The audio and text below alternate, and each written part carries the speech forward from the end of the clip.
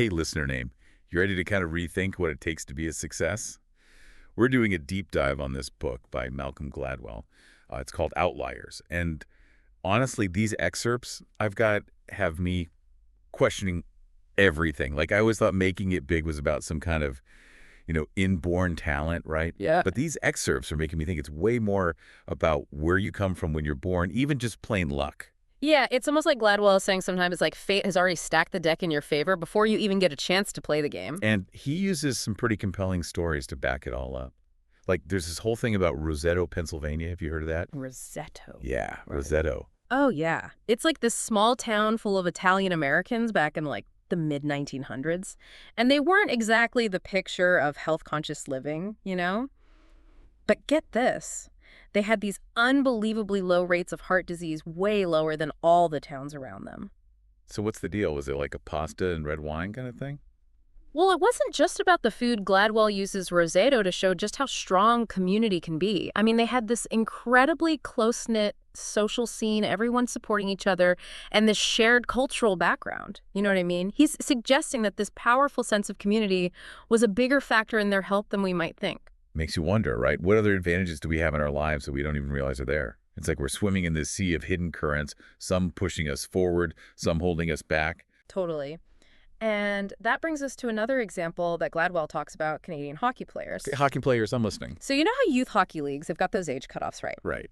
Turns out if you're born earlier in the year, like January, February, you've got a massive leg up. Because those kids are older and more physically developed when they start playing. Exactly. They're bigger, faster, stronger. And because of that, they're the ones who are more likely to get picked for the better teams, get more coaching, more opportunities to play.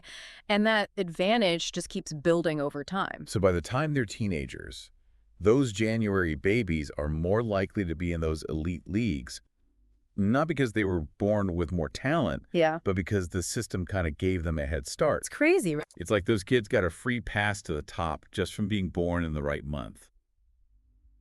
It makes you wonder how much of what we call talent is really just advantages we didn't even know we had. And that leads us to one of Gladwell's most famous ideas, the 10,000-hour rule. Yeah.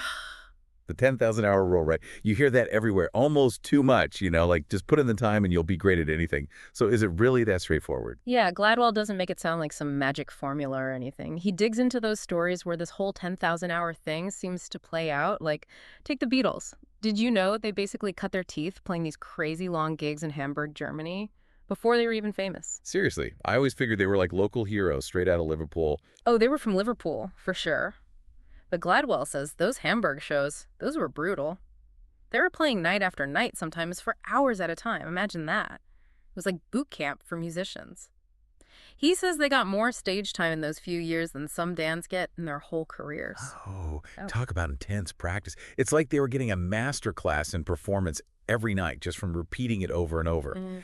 Plus, they had to learn how to hold a crowd's attention. Exactly. And it wasn't just the Beatles. Gladwell also talks about Bill Gates, right? Like way back when computers were these huge, expensive things only a few people had access to. Right. Gates had this lucky break where he had almost unlimited access to a high school computer lab. Yeah, like while everyone else was at football practice or whatever, Gates was racking up some serious coding time. That's one way to spend your after-school hours. So is that all it takes then? Just opportunity plus a ton of practice? What about actual talent? Well, Gladwell doesn't completely write off talent. He says, yeah, these people like Gates or the Beatles clearly had natural abilities. But talent's only part of it. It needs something to bring it out, you know? It's like some kind of spark to turn it into something amazing. And he thinks that spark is often opportunity mixed with a crazy amount of dedicated practice. So you're saying even if you're naturally gifted, you still need that drive, that willingness to put in the work day after day. And you need the chance to do that work consistently. Like that old saying, you got to make your own luck, right? You got to be prepared when opportunity comes knocking. Yeah. So we've talked about practice, but what about just being really smart? Didn't Gladwell get into that too? Oh, totally. Yeah. He gets into this whole idea of intelligence, and it's kind of surprising. He basically says that even if you've got like a sky-high IQ, it doesn't mean you'll actually reach your full potential. Really? Yeah. He uses this guy, Christopher Langan, as an example. Christopher Langan? Yeah, he's got this crazy high IQ, but he hasn't exactly had the kind of success you'd think someone that smart would have, you know? That's wild. You'd think if you're that intelligent, success would just kind of come naturally. So what's the missing ingredient? That's where this idea of practical intelligence comes in. Practical intelligence. As in knowing how to actually navigate the world, how to Yeah. communicate your ideas effectively, how to build those relationships and know when to seize an opportunity. It's that real world savvy that you don't learn by acing an IQ test. So you're saying that someone with like a slightly lower IQ, but with those street smarts and people skills, Hmm. might actually be in a better position to succeed.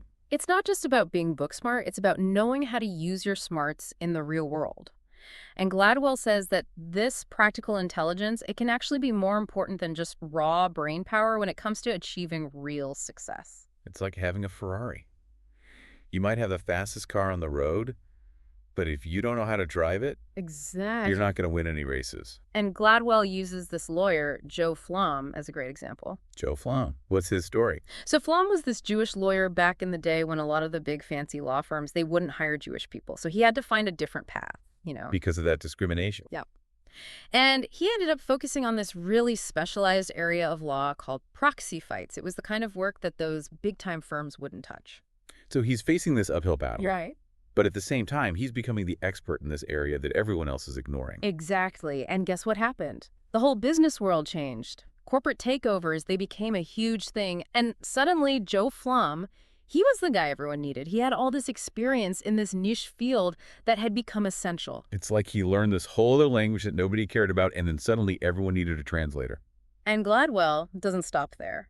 He takes it even further. He links Flum's success back to his family history. He's Wow. talking about these cultural legacies we inherit. Like, he uses this whole example of rice paddies in Asia. Rice patties. Yeah. He's saying that for generations, those rice farmers developed this incredible work ethic and resilience. And those skills, those weren't just limited to farming. They could apply to anything. So he's saying that those deeply ingrained values, the stuff passed down for generations, actually played a role in Flom's drive and his ability to overcome obstacles. That even coming from a family of farmers shaped his success as a lawyer. It's a trip, right? This idea that we carry the legacy of our families with us, sometimes in ways we don't even realize. And those legacies, they can play a huge role in shaping who we become. Wow. This deep dive has really got me thinking about all those hidden forces, those things we don't even think about that have shaped our own journeys. Hmm. How about you, listener name? What really stood out to you? What surprised you the most? Keep those thoughts turning. And thanks for joining us for another deep dive.